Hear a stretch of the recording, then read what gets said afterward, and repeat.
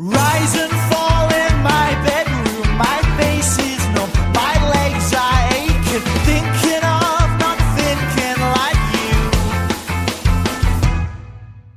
Cowboy time, I'm on this street, my lips are blue, time shows on my shoes, and while I walk in the rain, no it doesn't matter, and it takes all much time, no it doesn't matter, and it takes so much time. No, it doesn't matter, and it takes so much time. No, it doesn't matter, and it takes so much time. And it's time for Joe the Shirts Off the Cuff. Welcome back, everybody. Today's music brought to you by The Words, and that was their song, Time. Seems apropos, I suppose. Welcome back, everybody. Glad you're all here once again with me, listening to me rant and rave and just go on and on about all the stupid shit that I don't really know anything about.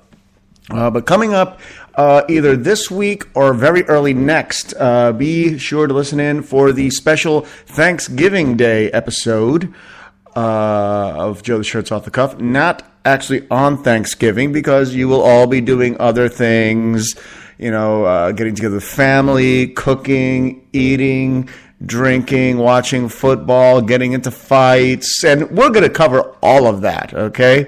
Thanksgiving, it's as American as any holiday can possibly get, all right? That's probably the most American holiday out there. I think even more so than 4th of July, I honestly do. Any case, welcome. Before we get started with today's show, that's right, the title of the show is Cum Covered Cookies. You heard me. And we will be getting to that. Let's do a couple of celebrity birthdays. Let's do a November 15th birthday from a couple of days ago. If your birthday was on November 15th and you share a birthday with Chad Kroeger, who's 39, lead singer for Nickelback. I don't know why that band gets so much shit. I kind of like their music. I do. I don't see why they get so much shit. Johnny Lee Miller of Sherlock Holmes is 41 years old. Sam Waterston is 73 years old.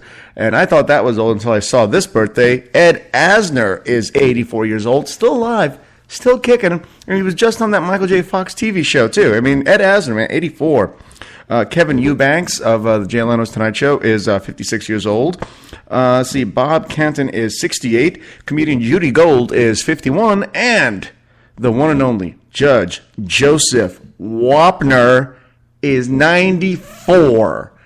I will bet $1 billion you didn't think Judge fucking Wapner was still fucking alive. You did not think that. You so did not. Lord knows I didn't. Okay, you know what? We gotta, before we move on to today's topic, Cum Covered Cookies. You heard me. We're gonna start out with a couple of small stories on technology. Let's go with them really quickly. I want to get through these if I can. A few little stories here. If you're a subscriber to Netflix, and really, who isn't these days, you may have noticed that there's some changes going on. Netflix is getting a new, more cinematic look for their services. So, and they're slowly rolling it out. They started rolling it out last Wednesday. It's gonna have a new interface, which will be dominated by widescreen images for each suggested title, along with what they call a punchy synopsis and details about why Netflix is recommending it. Quote, our members collectively watch more than 1 billion hours of Netflix a month, most of it on TV, says Nell Hunt of Netflix. The new look will be rolled out for Netflix 40 million global subscribers over the next 2 weeks. So don't panic. There's nothing wrong with your TV. There's nothing wrong with your Netflix. They're just doing their own thing now. Let's see what else we got. Oh, okay. This is a story I've been wanting to do for like 2 weeks. I keep forgetting about it. Dell is offering to fix many of its laptops or reimburse money to some of its shoppers of some of its laptops. Apparently, about roughly the owners of the Latitude 6430U laptops in particular are going to be getting a refund or laptops repaired because the laptops, when turned on, smelled like cat piss. Dell responded online a couple of Wednesdays ago saying that the odor appeared to be the result of a manufacturing process related to the computer's palm rest.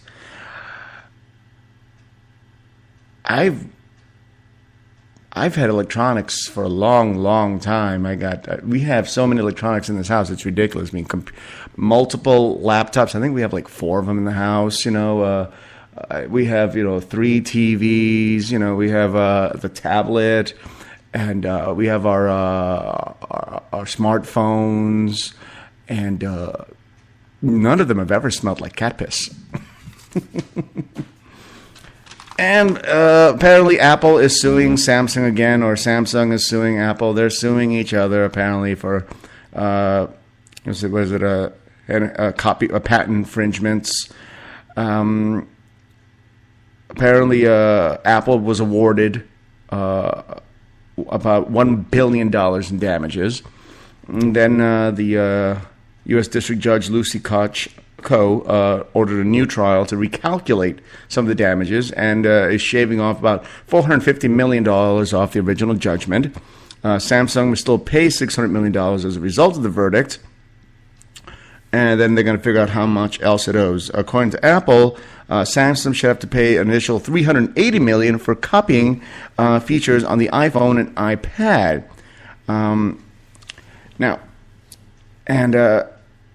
In the meantime, Apple is also asking that it issue a permanent ban on Samsung products that were found to infringe on Apple patents. Now, that's obviously not going to happen. But here's the funny thing. Here's what really I think is hysterical to me. This is how much greed people have in their souls, as corporations do, is that the products in question are several years old and generally not even available. Okay, that's the thing. The shit that they're suing each other for, you can't even go out and buy anymore. Yet Apple thinks it's entitled to $1 billion over technology that nobody is no longer using. Let's see. Exxon was fined $2.6 million.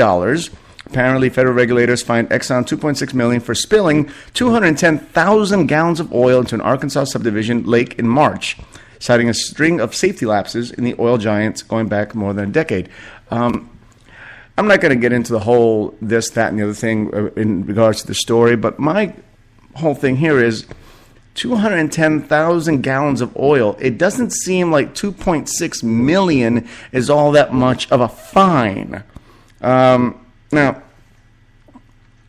don't get me wrong here. I mean, according to this, Exxon has been paying money up the wazoo to homeowners in that area. Let's see, somewhere in the realm, I believe it was like $600 million to either buy people out of their homes or to just,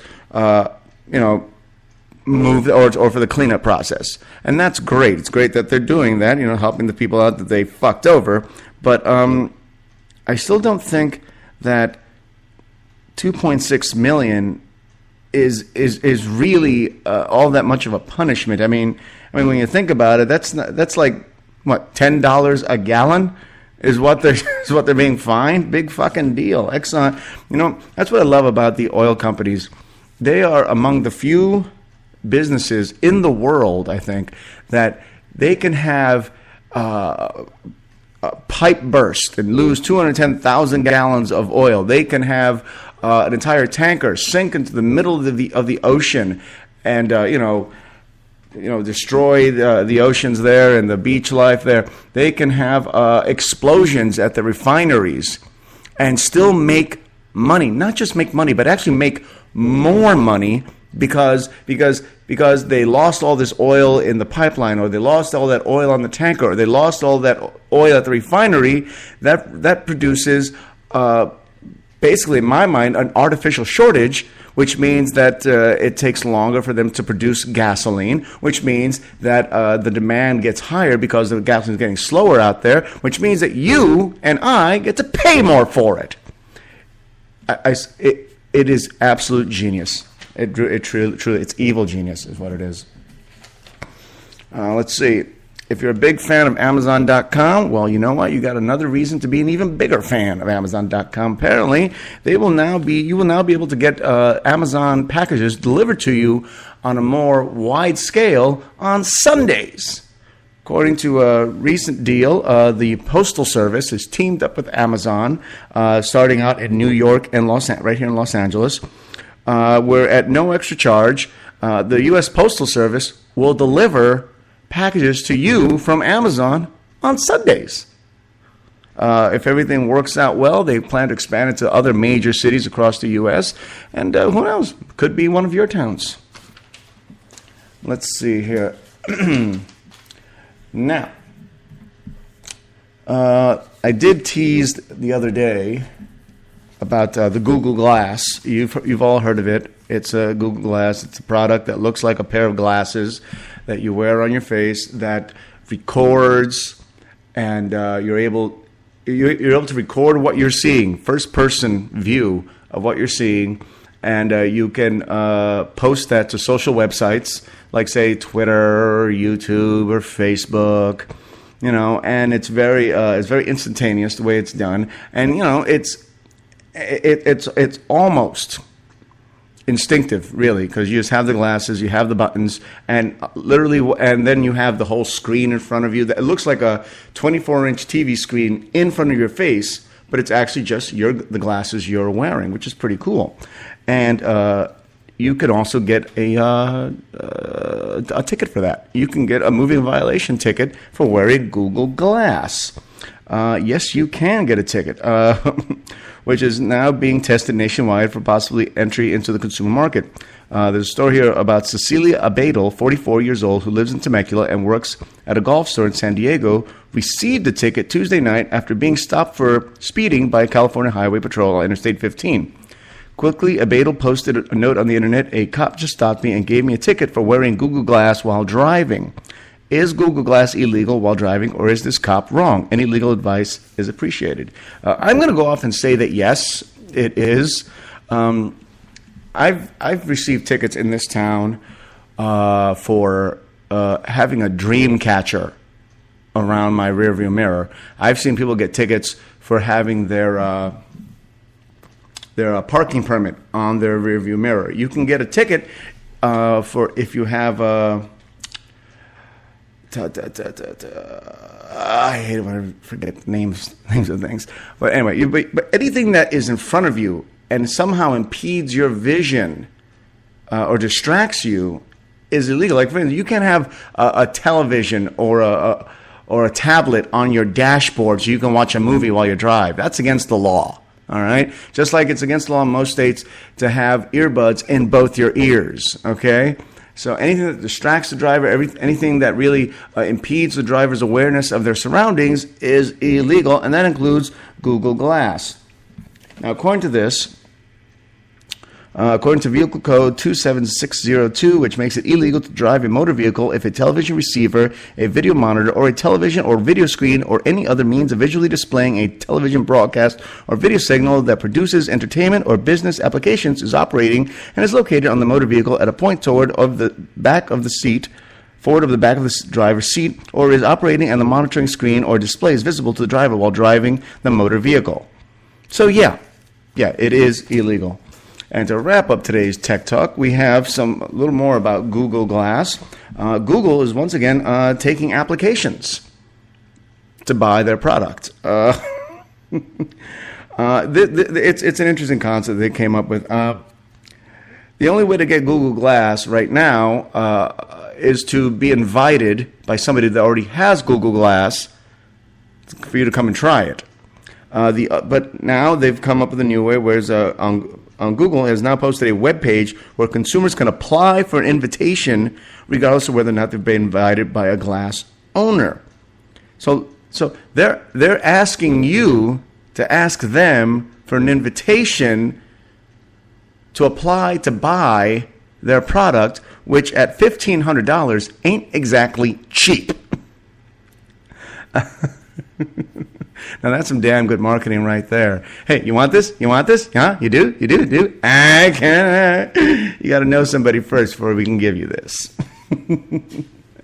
And when we come back, we'll finally get into Cum Covered Cookies. You heard me.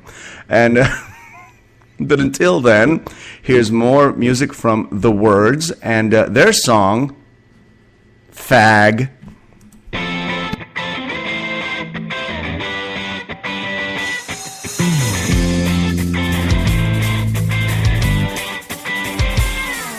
The beating of a broken heart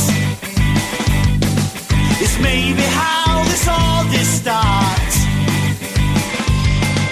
The rambles of a broken man, easy is to understand. The more I see, the more I see someone watching over me. Sometimes I look up and wave. This is how I do behave. 'Cause I know right, I don't wanna get up. It's true. This is right, I don't wanna get up. I'm here. This is right, I don't wanna get up. I can, I will, I know. I said I would. I heard you there before. Maybe you. And show the shirt is off the cuff and back. Welcome back, everybody. That was Fag by The Words.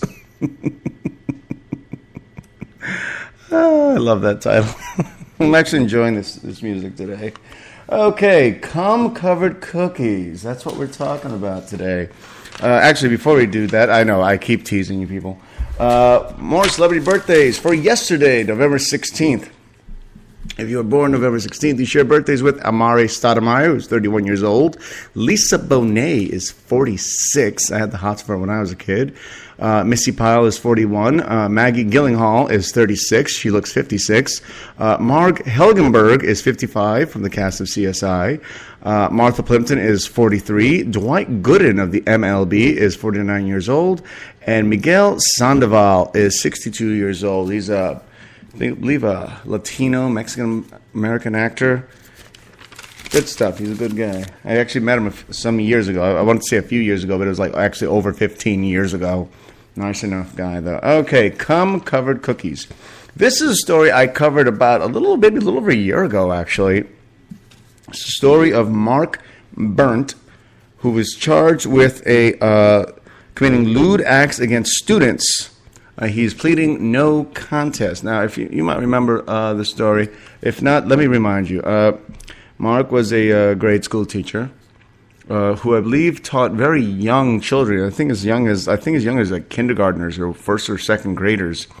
And Mark had a few nasty habits. Among them would be taking lewd pictures of his students. Small children. He had about 400 of them on his hard drive. Other things he did was actually, while in class, masturbating behind his desk. While class was in session, he would be either giving a lesson or making sure the students were taking a test, and the entire time he is jacking it under his desk. But what he's most famous for, of course, is what we call the tasting game. Yes, the tasting game, wherein Mark would blindfold his students and ask them to taste something. In many cases, it would be a cookie covered in cum. Yes, right, you heard me. He would spread his semen on the cookies. I know it's not supposed to be funny, but it is. He was spread semen on the cookies, blindfold the children, and ask them to taste the cookies, and then ask them what it tasted like.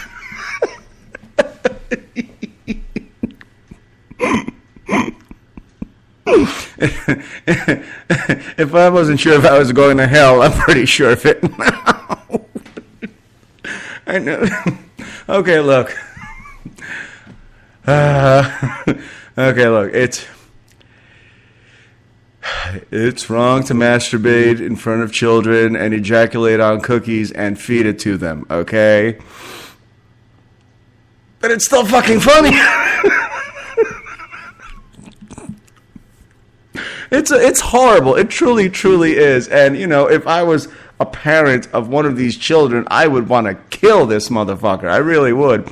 But you got to admit, though, he did take his perversion to a whole new level, okay? I mean, you have, child molesters, pedophiles, they'll like physically molest the child, have sex with the child, have the child do things to them or do things to the child.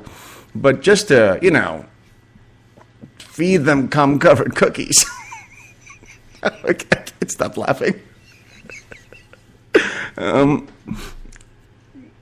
What I see, it was called the tasting game because he wouldn't just feed them cum-covered cookies. He would feed them, he would have them taste other things and have them guess. So is that salty? Is that sweet? Is that tart? Is that sour? That kind of thing, And then he would put in the occasional cum-covered cookie. I would shit a brick, I swear to God, if he was playing the tasting game with one of these kids and gives them a cum-covered cookie and then asks them, so, little Katie, what does that taste like? And I would just shit myself. He just said, cum. It tastes like cum, all right? Yeah, it tastes exactly like cum. You know how I know that? Because my Uncle Rob and I play that game every time he comes by to babysit, okay? It tastes like cum. Jesus, what did you eat today? A burrito? Jesus Christ, man, have some pineapple juice, for God's sakes. It's so wrong. I'm so sorry. Mark Berndt has agreed to a sentence of 25 years in prison, multiple sources told the LA Times. I'm thinking to myself, is that really the best deal he could get? I mean, because there's no direct tie between his semen and the kids. I mean, there are pictures that it looks like they're eating a cookie with, frosting on it. But they didn't test any of the children to see if they, had semen anywhere in their bodies. It would be very hard to prove. I mean, after it goes down the gullet, those stomach acids will just ruin good semen. Berndt, 62 years old, is scheduled to enter the no-contest plea last Friday in Los Angeles County Superior Court and withdraw his not guilty plea in connection with the more than year-long L.A. County Sheriff's investigation. The conclusion of the case was reached after all those involved agreed it was essential to avoid children testify in court. Berndt was arrested in January 2012 after a South Bay drugstore photo technician alerted authorities to images of children blindfolded with tape over their mouths. Well, if they had tape over their mouths, then how was he having the tasting game?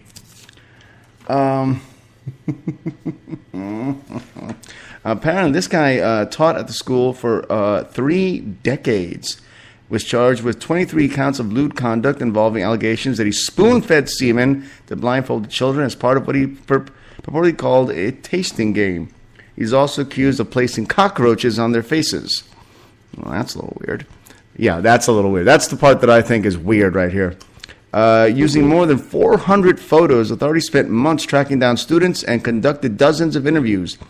Ultimately, it was from DNA from Berndt's saliva and a container with semen found inside a bin in his classroom that led prosecutors to charge him. So, he had a plastic spoon, he jizzed, took the spoon, picked up the semen, spread it on the cookies, fed it to the kids.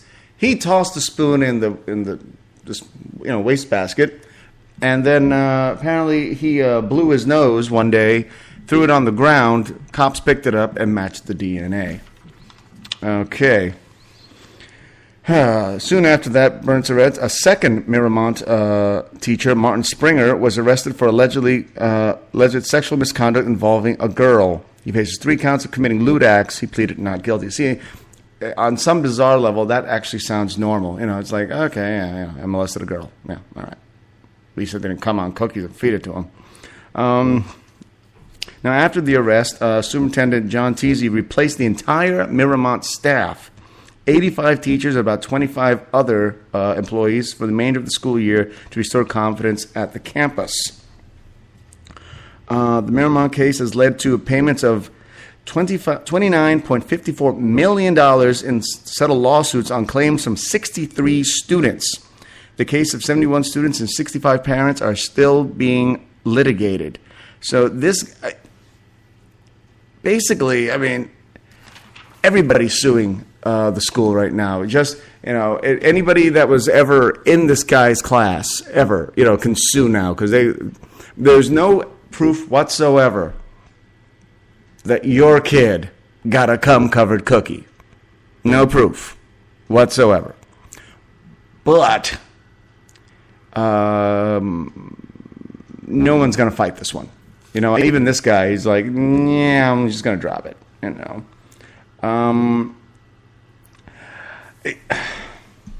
He's going to be real popular in prison. I know I shouldn't be laughing.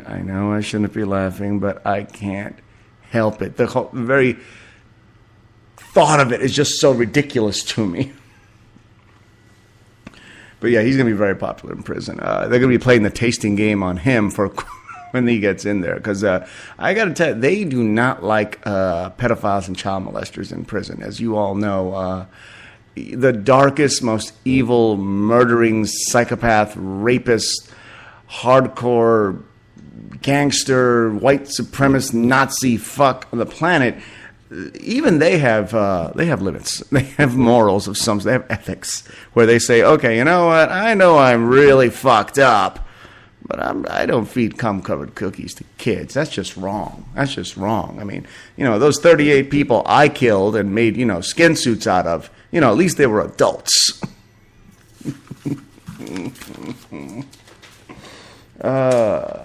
More talk about children. Apparently, after a long, arduous study, has concluded that teenage mothers who were abused as children tend to become abusive teenage mothers, and then their children, who are female, grow up to be abusive teenage mothers. Well, I'm glad they spent money and time on that one. Good thing, Now, this is just in the funny file. I don't know if you've heard of Craig Cobb. Looking at a picture of him here, he's a white supremacist who looks like an ugly version of Tom Petty, which says a lot. I got to tell you that right now. But apparently, he went on a on a talk show. Let's see, what was it? Craig Cobb, 61 years old, was trying to create a white enclave in the tiny town of Leith, North Dakota, and was on the Trisha Goddard talk show, where he submitted to a DNA test to prove just how incredibly white crackerish he really is. And the results came back 86% European and 14% sub-Saharan African. That's right. This ugly Tom Petty looking motherfucker is actually 14% black. Cobb's response was, wait a minute, hold on, just wait a minute.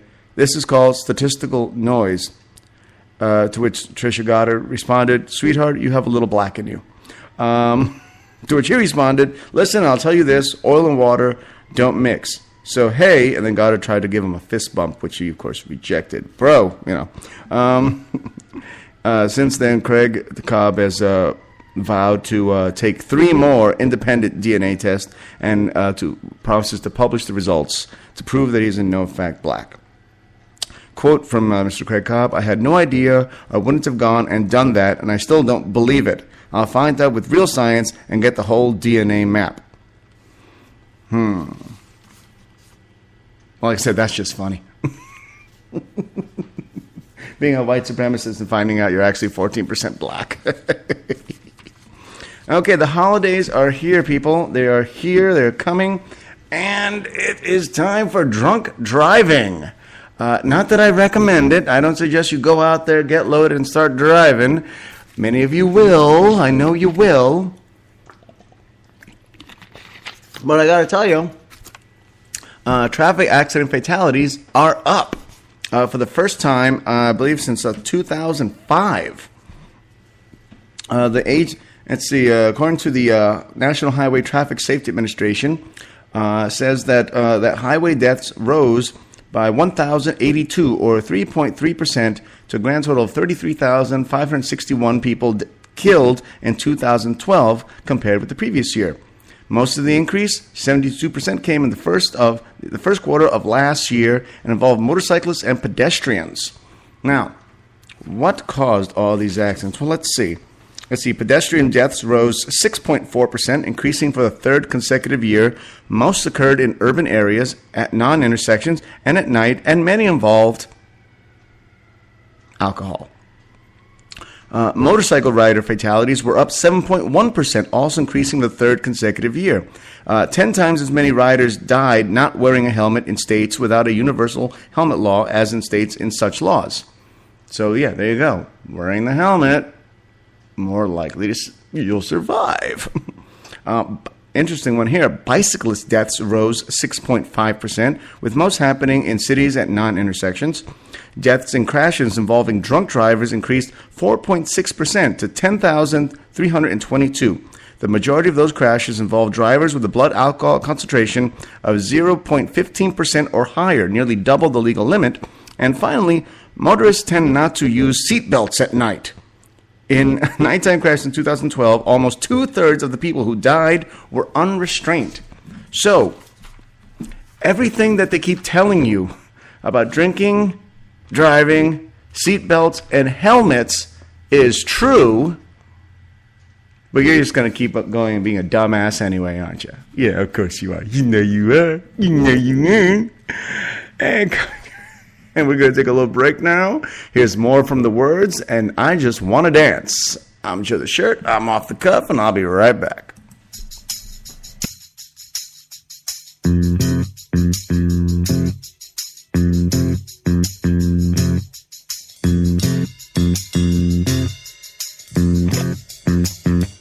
I just wanna dance, yeah. Make my moves in my new shoes. This is a chance, yeah. You and I could touch that sky and we just might lie, can't. We should make a move, yeah. You and me now, we can't lose. This is a tune, yeah. You and I could reach that sky and we just might lie, can't.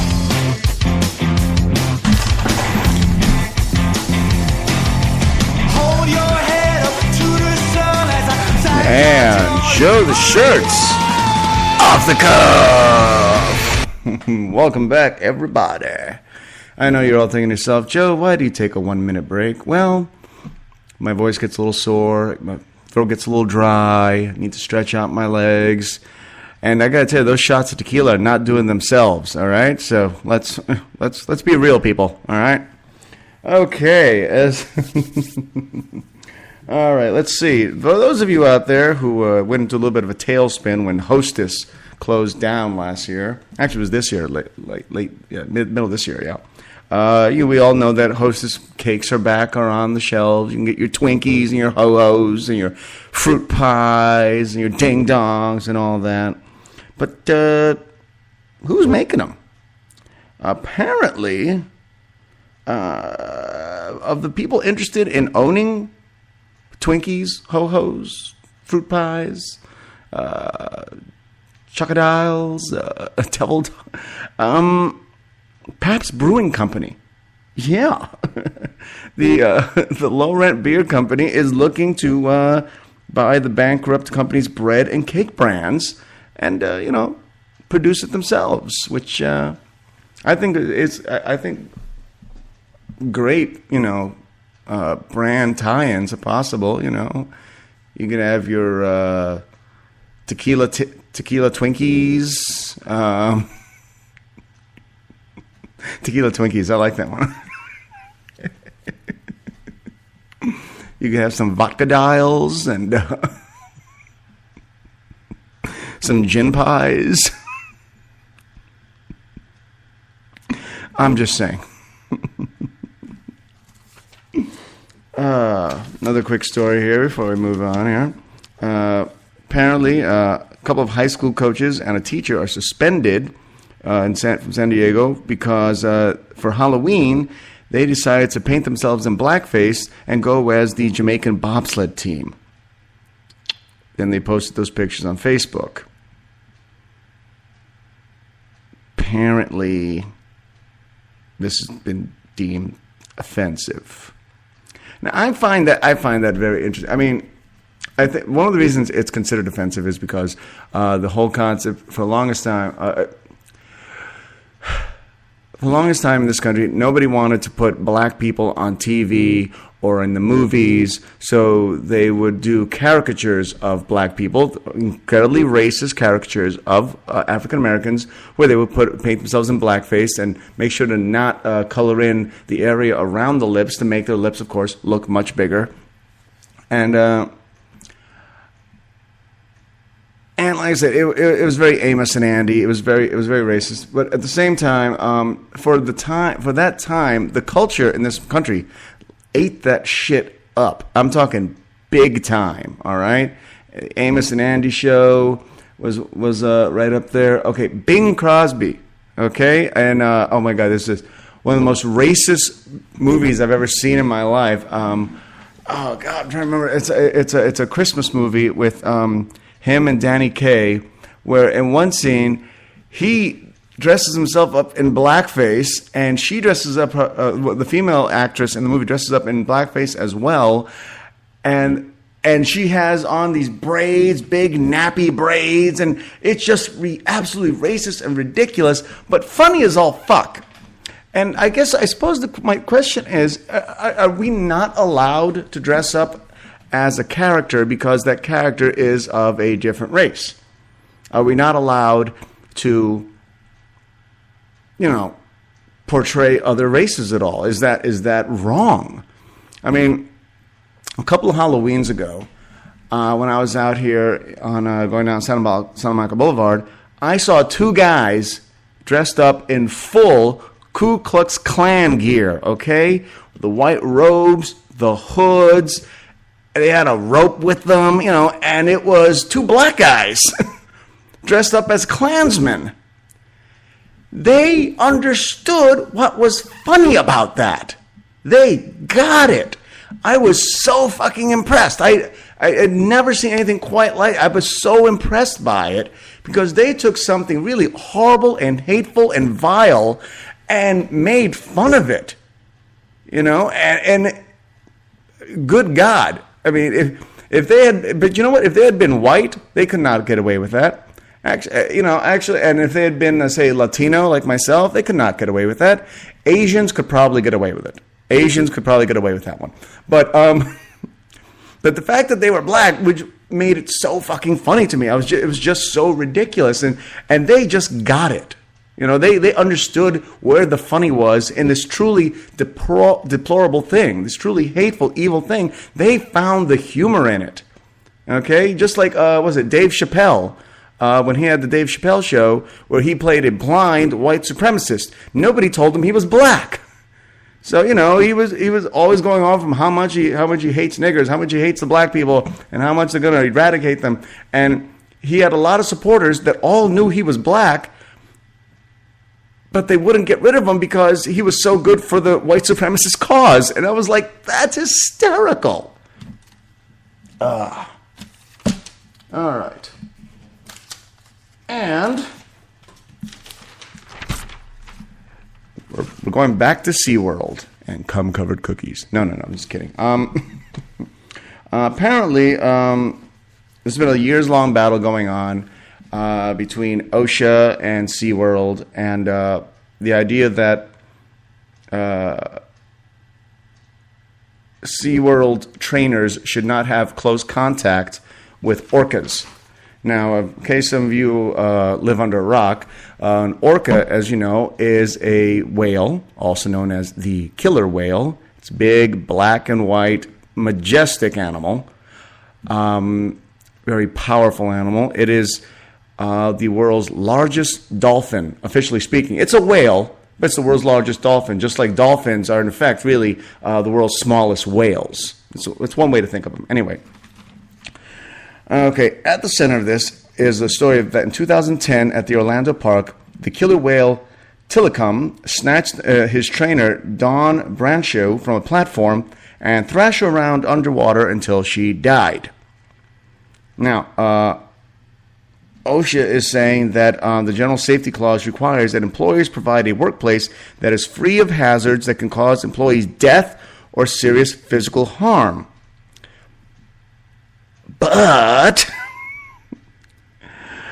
you really can't have the show without the trainer and the orca, okay? Because that if you just want to go see a killer whale, it's a little boring. It's like, yeah, you can see them swim, you can see them go by, you see them underwater in the little tent in the aquariums, But what's really fun about seeing these shows is seeing the trainer in the water, doing tricks, rubbing the orca's tongue, having the orca put the trainer on their nose and jumping up and tossing the person through the air, And I would like to think that these trainers understand the concept that these are called killer whales for a reason.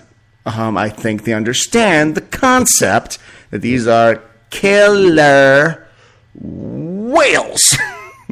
We're talking about a 12,000-pound animal. Tilikum here is a male, which makes him a bit more aggressive. He's full-grown adult male killer whale, and we're talking about an animal that can use a polar bear as a chew toy. All right, so they're dangerous. Don't believe the hype. Don't ever think that they're trained or they're docile or they're domesticated. No. They're called killer whales for a very good fucking reason. They will attack sharks. They've been known to attack great white sharks. They've been known to attack other much larger whales. They attack walruses. They attack seals. It's ridiculous. Now, one of the rules that they have implemented since the attack is that the trainers cannot go into the water beyond knee level. Okay? As somebody that watches a lot of nature programs, I've seen killer whales chase seals through 3 feet of water or less right up onto the beach, chomp down on them, and then slowly waddle their asses back into water. So that whole up to the knee thing is bullshit. All right, that's not protecting anybody. Now,